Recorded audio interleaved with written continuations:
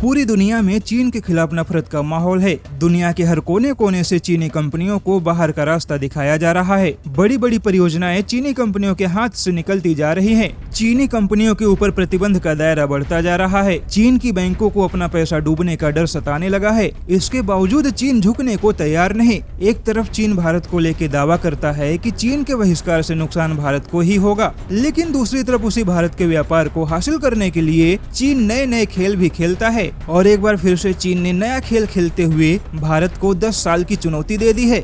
दरअसल चीनी अखबार ग्लोबल टाइम्स ने भारत को चुनौती देते हुए कहा है कि 10 सालों में भी बिना चीन के सहायता के भारत का मेक इन इंडिया कार्यक्रम सफल नहीं हो सकता। भारत के विनिर्माण केंद्रों की उन्नति नहीं हो सकती। चीन ने अपनी खींच निकालते हुए कहा है कि सीमा पर चीन की तरफ से तनाव कम करने के बावजूद भारत ने दोनों देशों के बीच व्यापार को सामान्य करने की कोई कोशिश नहीं की है। चीन ने आरोप लगाया है कि फेडेक्स और DHL भारत की वजह से चीन और भारत के बीच में माल ढुलाई की अपनी सेवाओं को निलंबित कर दिया है, जिस वजह से भारत को बहुत बड़ा नुकसान उठाना पड़ेगा, क्योंकि भारत के पास चीनी सामानों का विकल्प नहीं है। वैसे देखा जाए तो भारतीय बाजारों का विकल्प चीन के पास नहीं है और इस बात को चीन भली भांति जानता है, लेकिन दुनिया के सामने स्वीकार नहीं करना चाहता। और अपनी अकड़ की वजह से चीनी अखबार ग्लोबल टाइम्स ने भारत को चुनौती दे दी है कि 10 सालों के बाद भी बिना चीन के सहायता के भारत का उद्योग जगत कामयाब नहीं हो सकता। और भारत अपना बेहतर भविष्य चाहता है तो भारत को चीन के साथ अपने व्यापारिक मुद्दे बैठकर सुलझाने चाहिए।